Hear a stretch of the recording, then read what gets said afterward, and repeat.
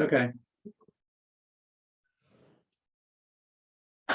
So we're up to page Yudalid on the left column. And we have a paragraph that starts Uladas Rabbi Elazar. And Rabbi Elazar has the opinion called Shiuro Eno Mishuya.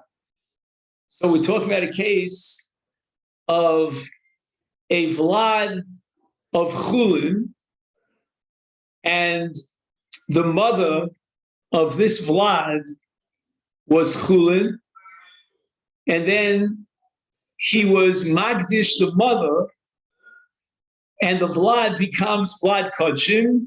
So the Vlad is likewise endowed with Kedusha. And according to Rabbi Elazar, we have a principle called Uber Yerech Imo, which means that when he's Magdish the mother, the Uber, the fetus, is considered another limb of the mother's body. And as such, the Hakadasha encompasses not just the mother, but also the Uber. That's called Uber Yerech Imo. Literally, the Uber is the thigh of its mother. Now, if he makes a statement that he wants to be Magdish the mother without the Uber, that is not valid. Why? Because by definition, whenever you Magdish an animal, the Hegdesh, the Kedusha status of the animal, spreads to encompass the whole animal. And therefore, since Uber Yerech Imo, when he's Magdish the mother, then by definition, the Hegdesh now encompasses even the Uber. And therefore, the Vlad is Kadosh. Now you might ask, well, all right, it was Kadosh as an Uber, but now it emerges as a separate independent being, but that's called Vlad Kodshim. So we might have shown. If you're talking about the original Ma'aseh HaKadoshah, since Uber Yerech Imo, the Ma'aseh HaKadoshah encompasses both the mother and the Uber. And if you're going to argue, but now the Uber emerges as a separate independent being, alive and well on all fours, then I'm going to answer that's called Vlad Kodshim. So no matter which way you slice the cake, you're always going to end up with the fact that that this Uber, once born, is Kadosh L'Mizbeach. He writes here, "V'chein behigdish muberes havlad kadosh," and the Vlad is kadosh on two counts: one as part of the mother, and one as a Vlad of Kodshim. Now he has a case of higdish chatos meuberes. Until now, we've been discussing cases of shlomim, where he is magdish the mother. Now we're talking about a case of chatos. Now, if we go with the shita of the chachamim against Rabbi Elazar, Rabbi Elazar says that you can't be mishayir, you can't be magdish the mother without including and encompassing the Vlad because Uber Yerech Imo. But what about the Mandiomer who disagrees and rejects Rabbi Elazar? He holds that Uber Lav Yerech Imo, and therefore the Hakdasha is only on the mother. And if he says, I want this Hakdasha to be limited, specified to the mother and not to include the Vlad, and that's called Shiro Mishayir. Shiro means to omit it, to ignore, to leave it out. Hare Shavlad Kadosh Mishum Kedushas Peh V'Ein Vlad Lemisa Kedin Vlad Chatos Share Vlad Zeh Eino Kadosh Mikoach Imo Mishum Din Vlados Kodshim El Areim Kodesh B'Fnei Atzmo B'Kedushas Peh. In other words, what's the status of the Vlad that's born to the mother? The mother is a chatos, and he was magdish the mother. You and I would have said, well, if he's magdish the mother and not the Vlad, then the Vlad should come under the law of Vlad Kodshim. And in the case of chatos, if you remember, there were 5 categories of chatos ha-mesos, based on Halacha Moshe Sinai, one of which was a Vlad chatos. So the Vlad of a chatos goes lemisa. But here in this case, we're going to say that it's not lemisa. Why? Because we're going to view the ubar as a separate entity, and it's not included in the hegdesh of the mother. Notice, when do we say Vlad Kodshim? And in the case of Vlad Chatas Lamisa, that's because the status of the mother generates a status on the Vlad. But in this case, he was Meshayar. We're going to the Maniyom Meshayar of Meshuyar, that we validate Shiur, and he could omit the Vlad from the mother, no, it's from the Maisak Dutch of the mother, such that now the mother has no relationship in terms of generating Hegdesh status to the Vlad. So there's no din of Vlad Chatas.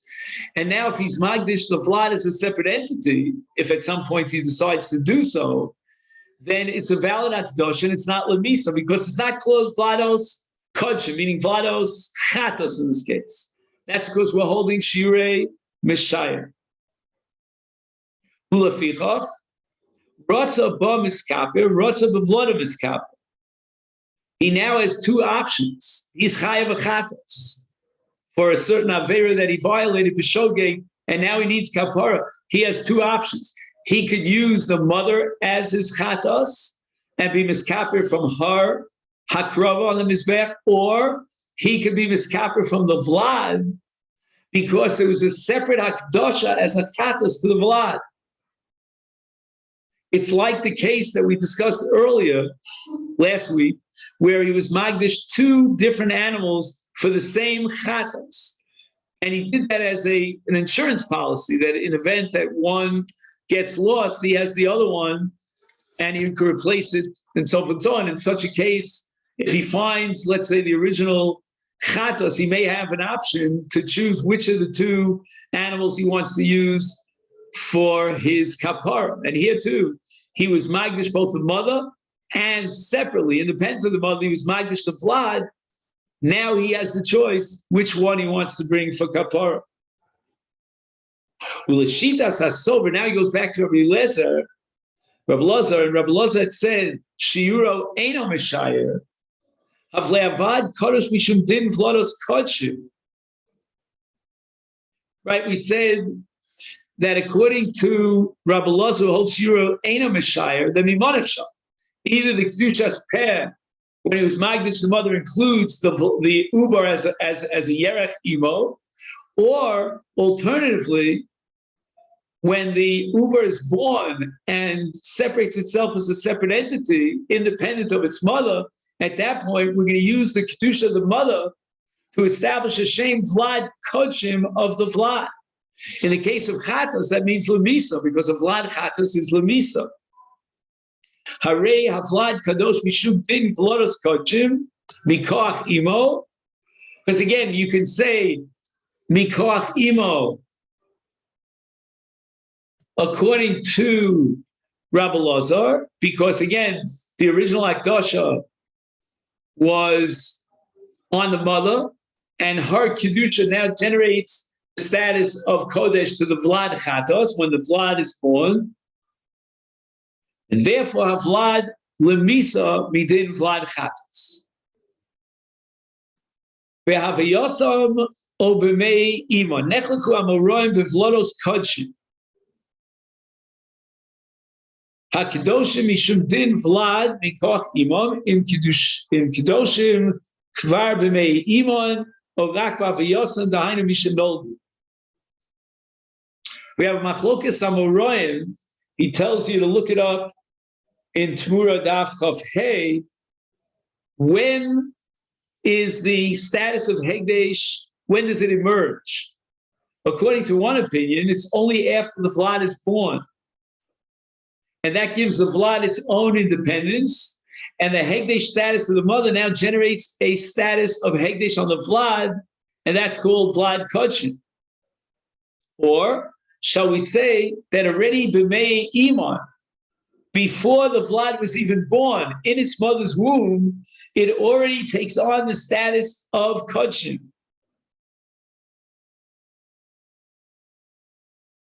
Hashochet es achatos, Umotza ba ben arba chad.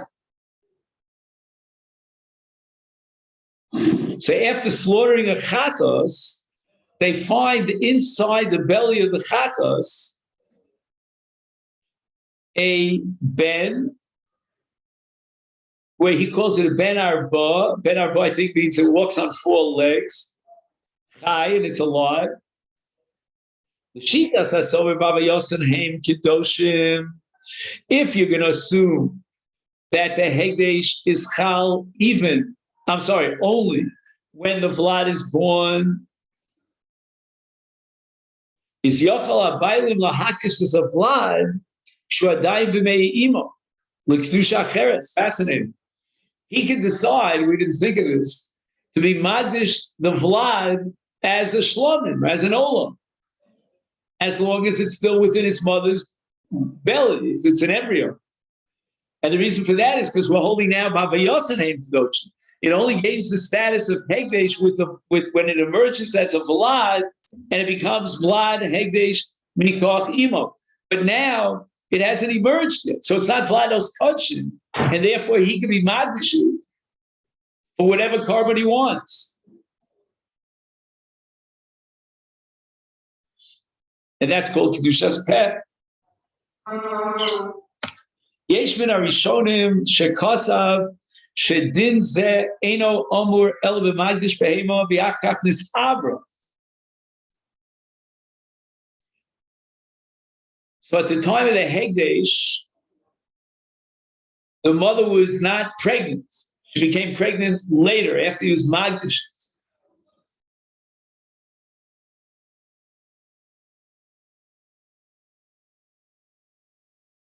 So that means that the Ma'aseh Hakdasha was on the mother and not on the Vlad. Because at the time of the Ma'aseh Hakdasha, the Vlad didn't exist at all. And we just established that if you hold that the Kedusha is only chal with the birth of the Vlad, as Vlados Kodshim,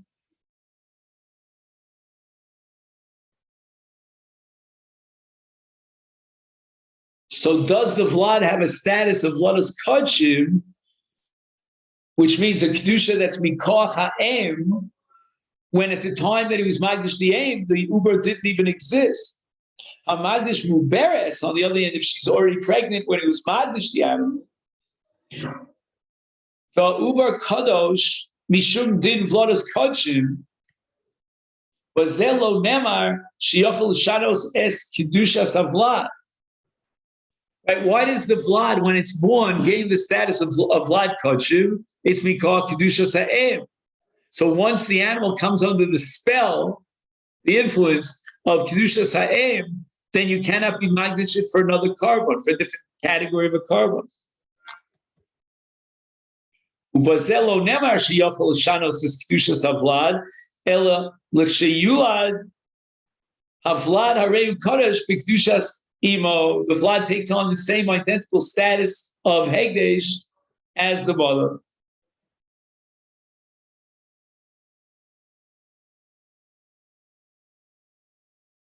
Yesh min hachronim shetzidudu shegam hasover bavayosan heim kedoshim means that the Vlad, the Uber is only kadosh when it is born. Lo amar kein elinin kedushas haguf.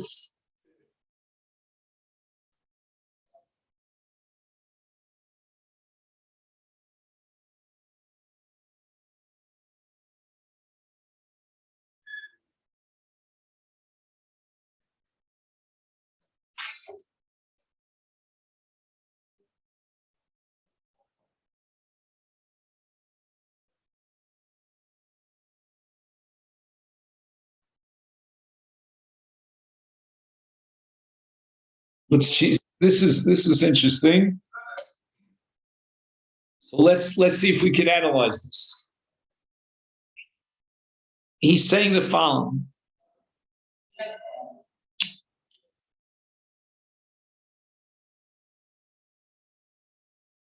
What's the status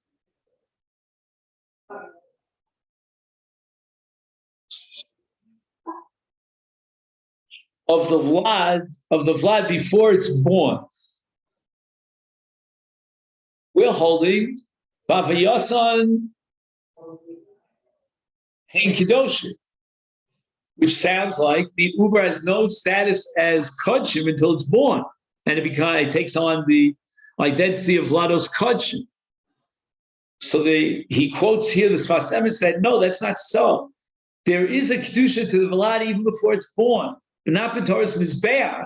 It doesn't have kedusha guf l'mizbeach because we're holding now pavayasan ad shetivole.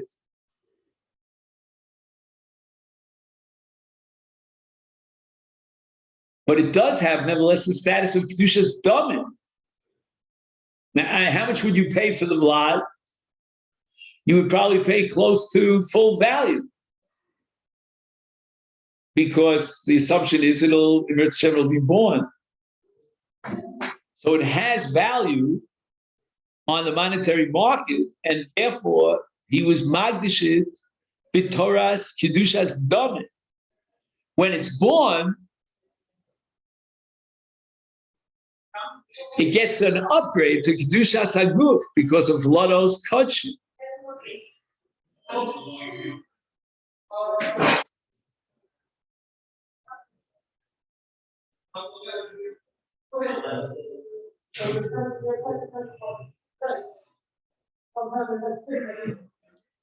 Now, in order to explain why the Vlad b'mei imo, the Uber b'mei imo, is Kaddish b'Kedusha's damin, obviously we're not assuming Uber Yerech imo at this point.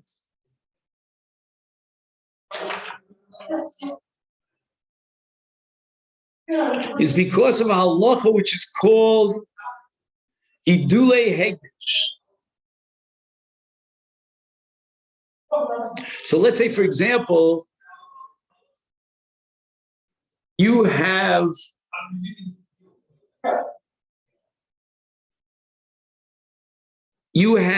a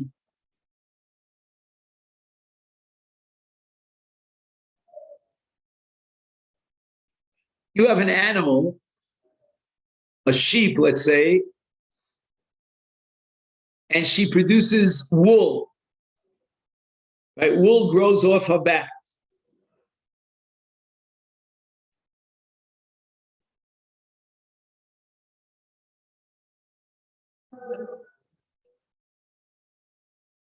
So those are called gidulim. Like, for example, if you have truma and you plant truma in the ground and it grows, that which it grows is called gidulei truma. And in gidulim, we say that this is also relevant to Shemitah, by the way, that the product that grows gets the status of the original through the process of gidulim.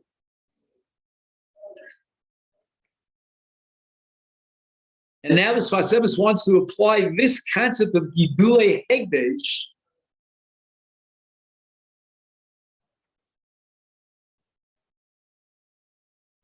in the case of an uber b'mei iman. And gidulei hegdesh means it has the status of kedusha's damin, like the original. And that which grows from kedusha's damin is likewise kaddish b'kedusha's damin. So since the uber is growing from its mother, therefore it has the status of gidulei hegdesh.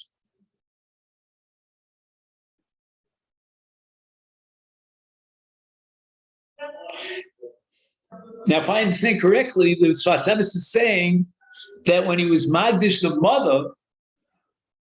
the mother receives inherently a kedusha, latent kedushas dam. It's really kedushas mizbeach, kedusha guf, but it encompasses within it kedushas dam, and that kedushas damim will generate a halacha status of gidulei hegdesh with regard to the uber. The uber is considered gidulei hegdesh.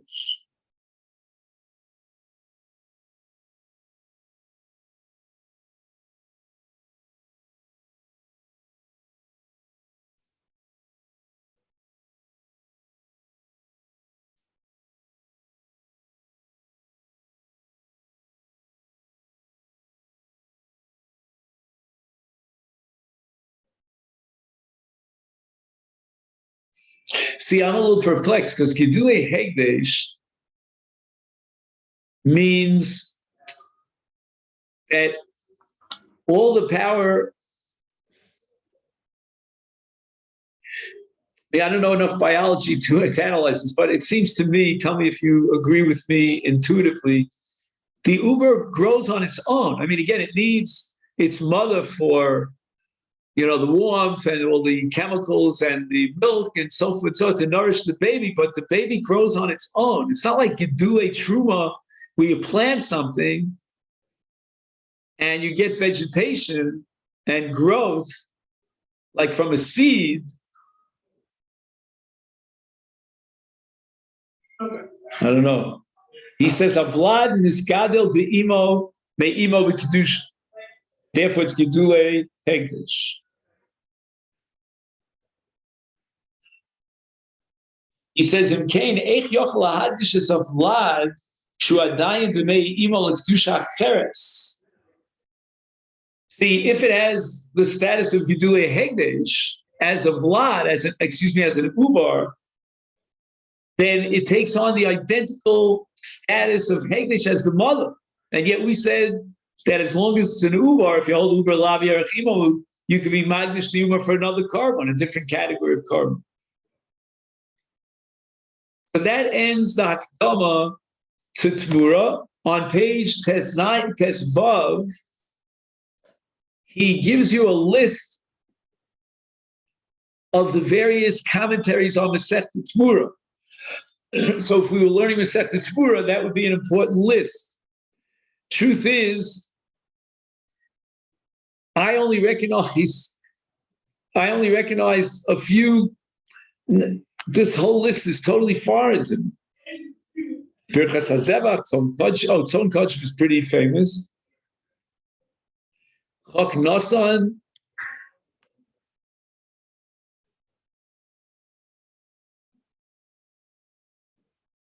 Meleches Choshev, Ola Shlomo, Kodshei David, Muras Toda, Sheilas HaKohanim, Torah, Matan B'Seiser, Mayim Kedoshim.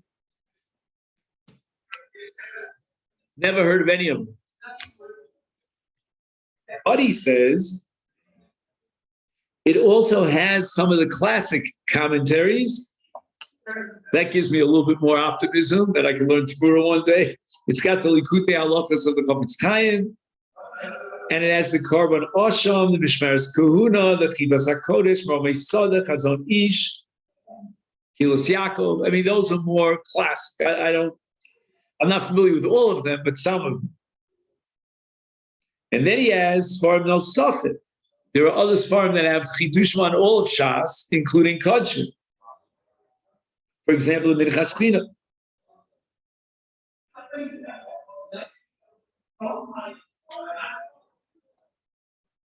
Okay, then, so that's what we have here. So we can have a schnapps and make a siyum on the Hakdama to the Masechta Tmura. I think it took us a month. I don't know how long. Anybody remember when we started? It was a while ago. Now, the Hakdama to Masechta Nida, we should try it at least for a day or two. It'll be definitely worth our time, because it'll give you a structure of the different Shina Nida and a Shomeres Yom, and we'll talk about a Zava. So at least, we'll see how it goes. Is that all right with everybody? We'll try it. The only problem is, if you're not here in the classroom, I don't know how to get you a copy of it. I need to do what's called scanning. So I can't promise you that between today and tomorrow, I'm going to be able to scan it.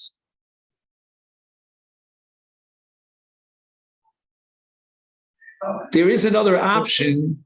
What?